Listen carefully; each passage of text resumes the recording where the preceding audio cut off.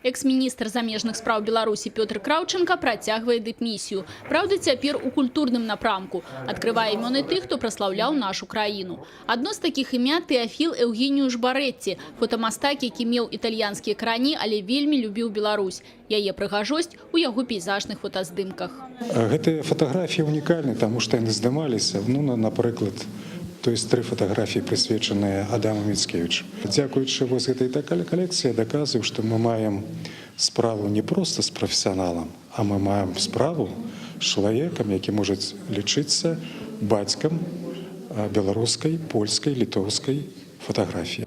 Акрамя 11 фотаграфій Барэтці, экспазіцыю выставы складаюць 3 унікальныя графічныя партрэты прадстаўнікоў рода Радзівілаў, а таксама фотаздымкі і гравюры, якія датычацца Брэшчыны і Гродзеншчыны.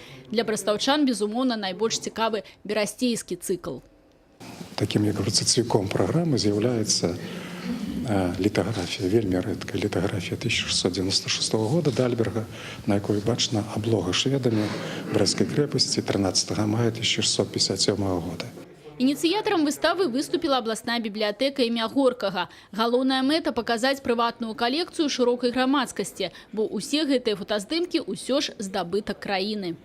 Есть идея создать каталог этой выставки вообще на самом деле, потому что те 4 работы, которые касаются истории Брэшчыны, они привезены и демонстрируются сегодня, они, безусловно, уникальны для нас. Конечно, мы бы хотели иметь их в любом виде. Прэзентацыя выставы праходзіла ў фармаце дыялогу, гучала шмат прапаноў. У ліку іншых Пётр Краўченка параіў кіраўніку Брэста Александру Рагачуку прадпрыняць намаганні, каб уключыць святкаванне тысячагоддзя Брэста ў афіцыйны каляндар ЮНЕСКО. Такая перспектыва сапраўды рэальная. На самом деле юбилей города Бреста – это европейское событие. Очень многие исторические события в Европе напрямую связаны с нашим городом, и абсолютно логично. Спасибо, что вы вовремя подсказали, что если мы каким-то образом сейчас вовлечем в этот процесс и наши соседние государства.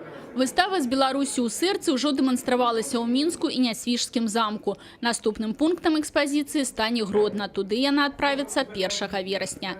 Людмила Салзина, Юрий Плинда, телерадиокомпания «Брест».